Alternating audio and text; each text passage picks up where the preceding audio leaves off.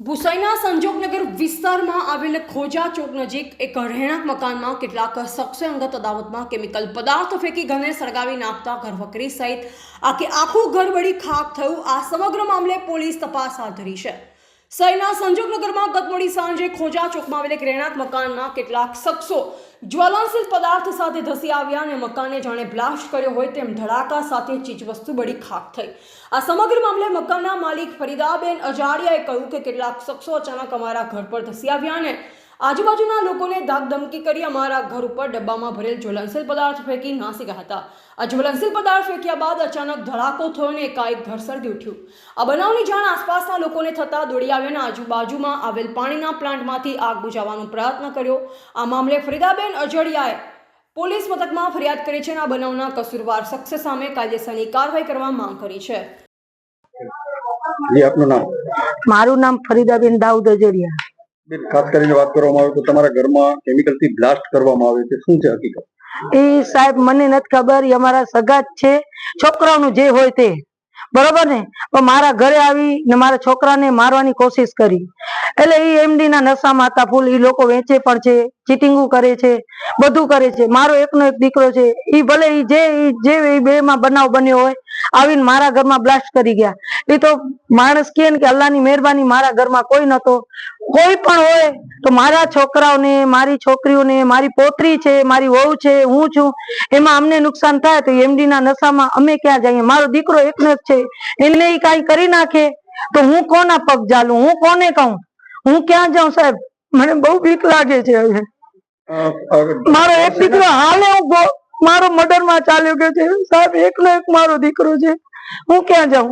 તમારા ઘરને શેનાથી આવડો બ્લાસ્ટ કરવામાં આવ્યો? કેમિકલ માં સાહેબ જોઈ ગયા છે, પોલીસ વાળા આવ્યા હતા, એ કહેતા હતા કે કેમિકલ નું કેન છે, કેમિકલ થી બ્લાસ્ટ કરીને ગયા છે સાહેબ। આજે હું કઈ મને બીવડાવે છે, કાલે બપોરે કઈ કરે, પાછો આવીને બ્લાસ્ટ કરે।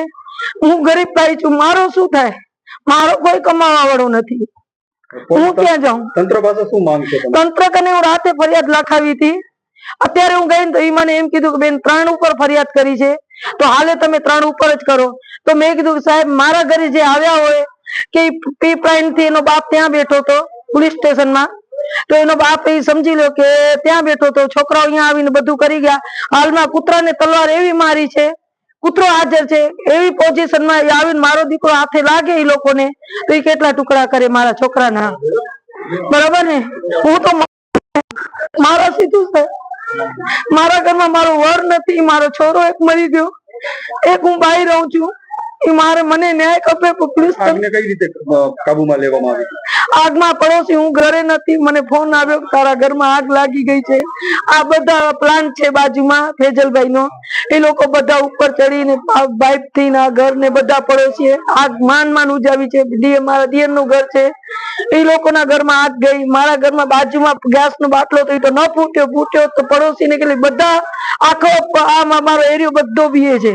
તમારા પડોશમાં સીસીટીવી કેમેરા જેમના ઘરમાં લાગે? હા, એમાં 3 જણા આવ્યા છે, તો પોલીસ એમ કહે છે કે આ 3 ના જ નામ નાખો। એ ના લે વ્યાજબી વાત નથી ને સાહેબ, 10 જણા આવે ને 3 ના કેમ નામ નાખો? જેમની ઘરે સીસીટીવી છે એમને પણ કઈ ધમકાવવામાં આવે? હા, એને ધમકાવવામાં આવ્યા કે બીજી વાર આવ્યા ને એ સીસીટીવી માં નથી આવ્યો કે ભાઈ બીને જ કાઢી નાખ્યા, તેરે જ બંધ કરી નાખ્યા, બરોબર ને? એને કીધું કે હું કે તમે કે સીસીટીવી કેમેરા રાખશો ને તો અમે તમને નહીં મૂકીએ, તો એ વાત વ્યાજબી નથી। હું એકલી રહું છું, મારા છોરાને હજી પણ મળતો નથી। મારો છોરાને કઈ થઈ જશે તો એનો જવાબદાર કોણ? ને તંત્ર કોઈ જાતનો ફરિયાદ મારી લેતી નથી હજી સુધી। રાતે કરી આવી તો એ ના લે સાહેબ, રાતે કરેલી એ નહીં કે હવે ફરાવો, પાછો અમને ફરિયાદ કરાવો, એ ન હાલે, એ વ્યાજબી વાત નથી સાહેબ। રિપોર્ટર રમેશભાઈ ભાનુશાલી, નલિયાબડાસા, કચ્છ।